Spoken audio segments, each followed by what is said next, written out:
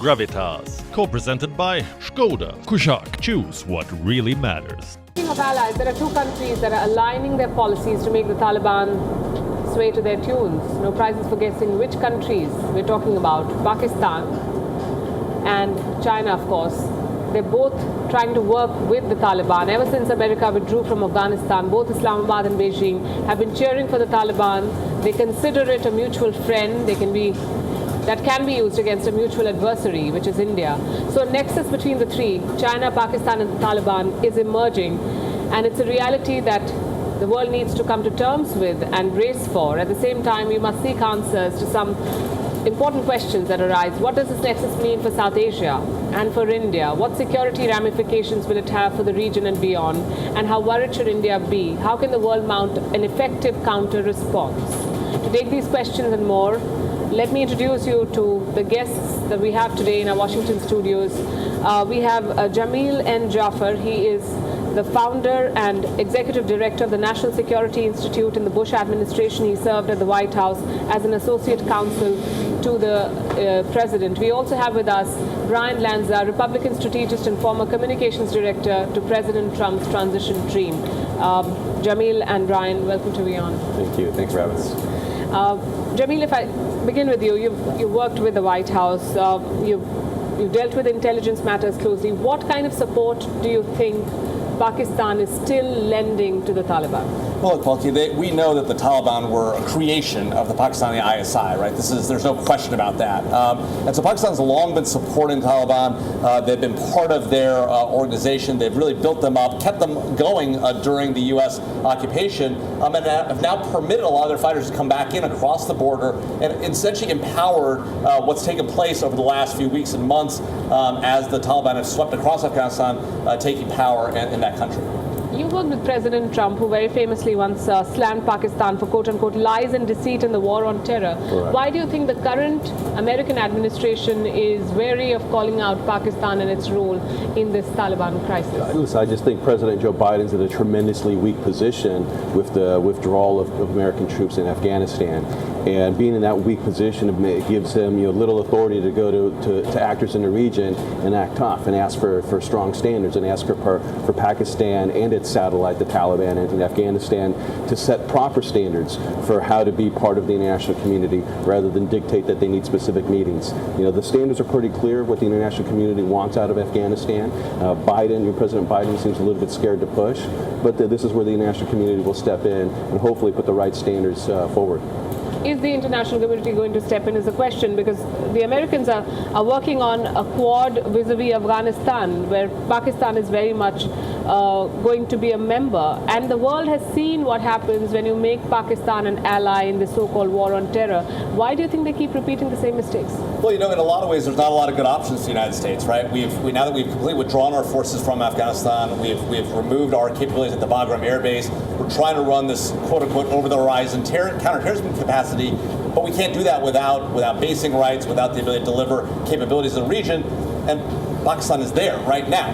We know that Pakistan's constantly playing that double game, right? Telling us one thing on one hand, helping us here and there, but then also working with the Taliban and supporting them also. And so we've seen this show over and over again. You're exactly right. We've seen this thing happen, and yet there are not a lot of good options. And so that really is the challenge the United States presents itself when we've now withdrawn, as Brian points out, from this area in that precipitous way that we did. So is that how it is, that because you're not really spoiled for options, you will continue to work with a country like Pakistan that has been the architect of this crisis?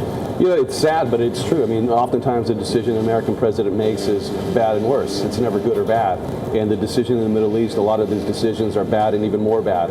And you have to, we're going to be skeptical of everything Pakistan does. We're going to have a clear vision of who they are. We're not going to be tricked per se. But we still have to apply the pressure. But they're an actor in the region, and you can't ignore them. And we have to work with our allies, not necessarily to isolate them, but to make sure that they move up the standards in human rights. They move up the standards, in trying to create a vibrant economy, and that's the best approach you can do with this president, because he doesn't have the political power or the political will right now to push anybody to be assertive in this matter.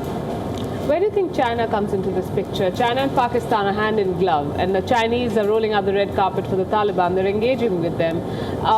Do you see China as part of the problem or the solution? Well, certainly it could be part of the problem. I mean, part of the challenge with China is they see a strategic opportunity there. Bagram Air Base is a huge facility, a real opportunity for China to expand in the region. They're looking to expand the Belt and Road Initiative, where they already have close economic relations with Pakistan, $60 billion in investment. They're going to expand that to Afghanistan.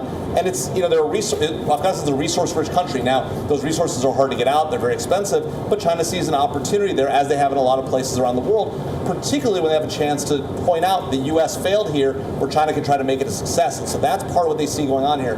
Now, there are challenges, right? We just saw the Taliban Pakistan, right, the TTP, conducted an attack in Pakistan where Chinese nationals were killed. That's obviously going to be a point of friction between the Taliban supporters in Afghanistan with the Pakistani Taliban. But we'll see how this thing plays out. We see the Pakistani leadership already saying they might grant pardons to the Pakistani Taliban, even after this 70 attacks we've seen just since the Taliban have taken power in Afghanistan. More to come. And they're talking about pardons because they want to make a deal between China, Pakistan, and the Taliban. When we talk about China, how much do you think China wants to be involved in the Afghanistan story? Is it only to make sure that there's stability in Xinjiang? Or do they want more in the power game? And do they really, because Afghanistan is called the graveyard of empires. Correct. Will another empire want to? Listen, China has advanced by staying out of these conflicts in the last 20 to 30 years. You haven't seen them engage, all over the world like the U.S. has, so they haven't put themselves in the opportunity to fail, similar to what the U.S. challenge has had in Afghanistan. China has difficult issues with the Muslim community in that particular region. That's not going away. I mean, there's 1.5 million in some of these what do they call it, concentration camps, and that's something that they have to, if you're China, you have to figure out how you can bridge some type of relationship with Taliban in hopes of trying to quell the unrest that naturally exists there in that region with the Chinese government. Would you say that this Afghanistan crisis has come as a boon for China? Until 2 months back, everyone was talking about holding China accountable, what they've done with the pandemic and how the world needs to do more to seek those answers. This current US president instituted an inquiry into the origins of the pandemic, which did not yield very much. But suddenly the narrative has turned on its head, and now everyone is talking about America's botched up withdrawal, and China is making an entry into the power vacuum left by the US. Well, it certainly is a challenge, right? There's no question that regardless of what you think about whether the U.S. should have remained in Afghanistan or not, right, what's clear is the withdrawal faced significant challenges, right? Did not go well. But we doubled down on it and still pulled out. And now China sees an opportunity, right, as does Pakistan. Pakistan sees an opportunity to expand its influence in the region, which is already significant. And China sees a chance to ride on top of that and play a role. Part of that is quelling their own problems in the Xinjiang province, right, with the 1 million Muslims, as Brian correctly said, in these internment camps, gulags. And so, China's coming out of this looking better to the world, looking more powerful, right? And once again, the U.S. is not doing what we need to do, which is to stand by our allies and oppose our adversaries in a very clear way. We've got to change that narrative. One way to do that is to build upon our relationship with the Quad, right? With India, with Australia. You just saw a major defense deal with Australia, right? That needs to happen with India too. Now, India has a part to play in that too, right? Can't be buying S-400s from the Russians if you want to do a deal with the U.S. And so that's part of the negotiation that's got to take place between India and the United States to really get to a stronger place. There are real opportunities for our countries to really come together and be a bulwark against China, but that's going to take some sacrifices on both sides. Pakistan and China both do not share a good relationship with India.